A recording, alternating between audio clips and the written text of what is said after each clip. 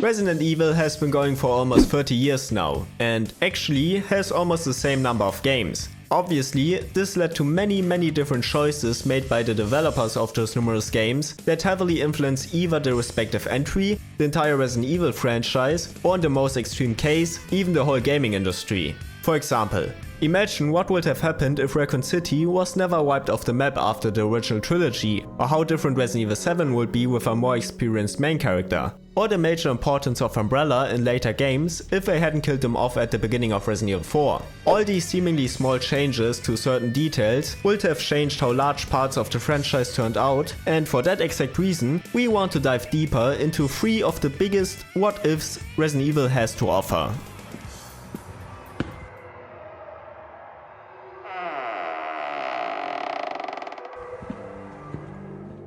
Number 1.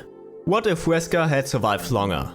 As the main villain in the first game, Code Veronica, and finally Resident Evil 5, with a big role in Zero as well, he received by far the most attention and character development of any villain in the franchise. Therefore, he developed to be an incredibly iconic villain and an integral part of the story leading up to Resident Evil 5. However, instead of developing Wesker's story even further, like with any other character of the original cast, Capcom killed him off at the end of the game. So what happens if we erase this event and let him live longer for several games more?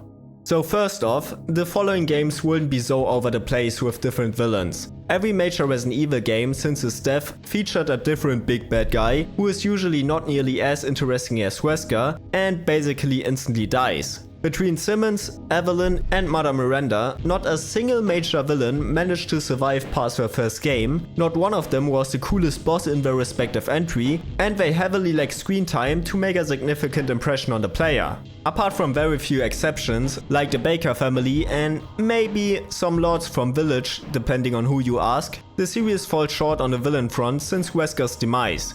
Which is also why I think that keeping him around will solve this problem to a certain degree. Simply putting him into Resident Evil 6 and Village would solve the villain problem of these 2 entries, because 6 might not be such a mess anymore and Village might actually be interesting in this regard, while 7 would benefit from being more unique in not having him.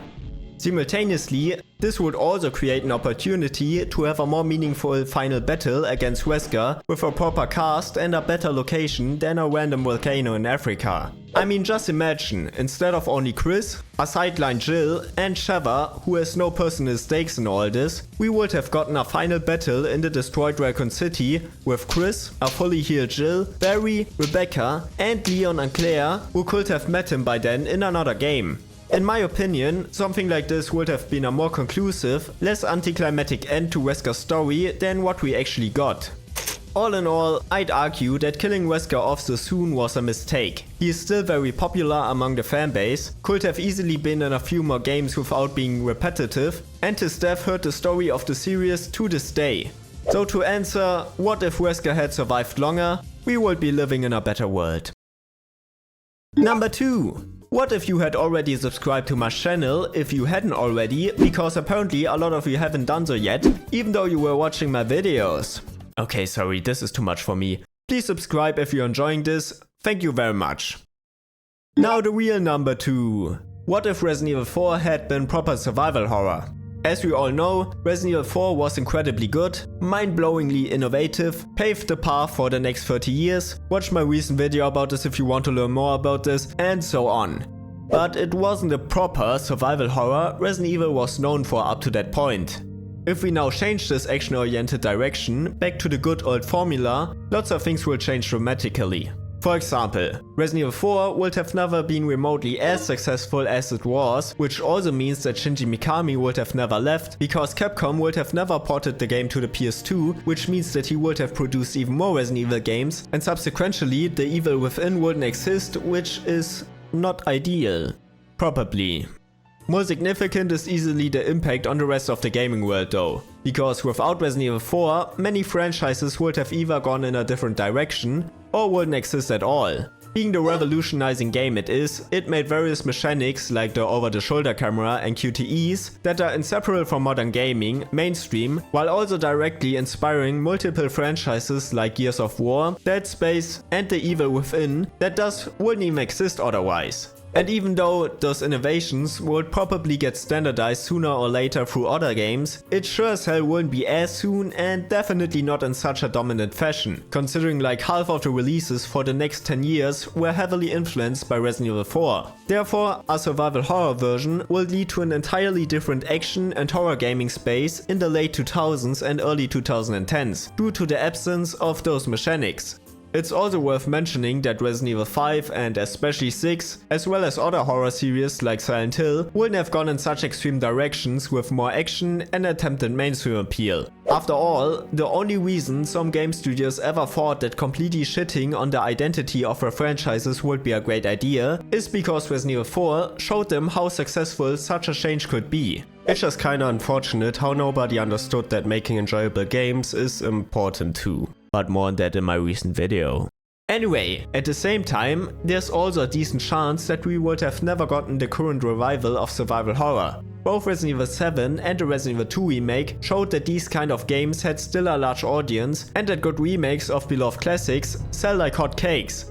But without the absolute trash can we know as Resident Evil 6, the direct result of Resident Evil 4's success, Capcom would have most likely not gone in this direction in the way they did.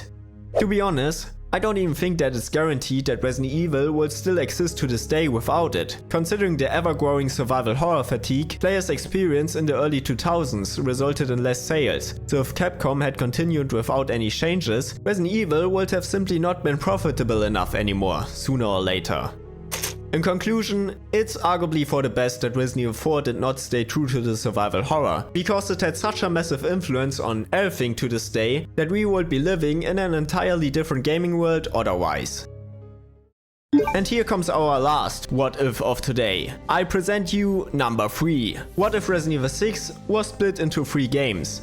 Unfortunately, RE6 is an unbelievably messy game because it somehow tries to put every imaginable gameplay mechanic, story genre and Resident Evil 4 into one game with 4 campaigns that also try to be interconnected. Unsurprisingly, the result is a game that doesn't feel polished at all, has undercooked characters in a way too large-scale story and is seemingly in an identity crisis. Splitting it into 3 or 4 games that focus on just one of the campaigns will hence be a great idea, as it will fix most of the major issues the game has, at least in my humble opinion. The individual stories could be more fleshed out and independent without the need to be interconnected, and the mechanics wouldn't be all over the place as much, since every game could focus on perfecting their respective gameplay loop. Leon's campaign could be transformed to be an early return to survival horror and should be the game called Resident Evil 6 in this timeline, as it's the most horror-oriented campaign of the game anyway, even though that doesn't mean much. Obviously, this would require to change a lot of the RE6 character. Action set pieces and sections would be reduced massively with a much slower tone. Co-op would be removed. The controls would be simplified to exclude all the movement possibilities, and exploration, resource management and puzzles would be added to match the feel of the original games.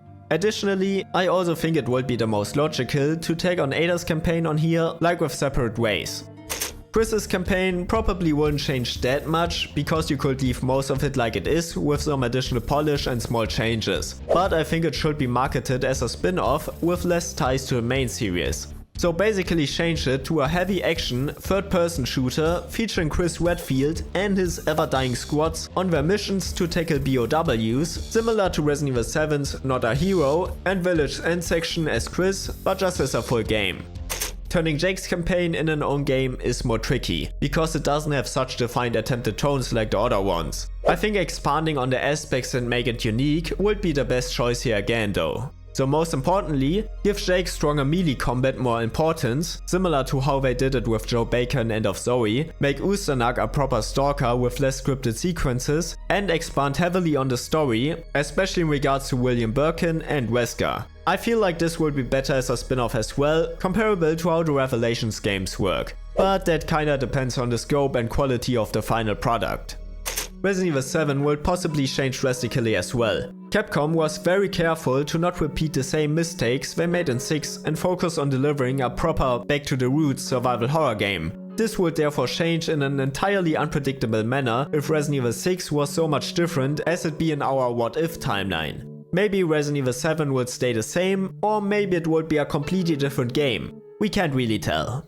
Overall, splitting Resident Evil 6 into 3 separate games would arguably increase the quality of the different campaigns and make the remaining Resident Evil 6 much less bloated, leading to a much better reception across the board. But what do you think about this topic? How do you think these what-ifs would have turned out? Please let me know in the comments. Apart from that, I would appreciate if you subscribe, like and share the video if you enjoyed it. Thank you very much and see you next time!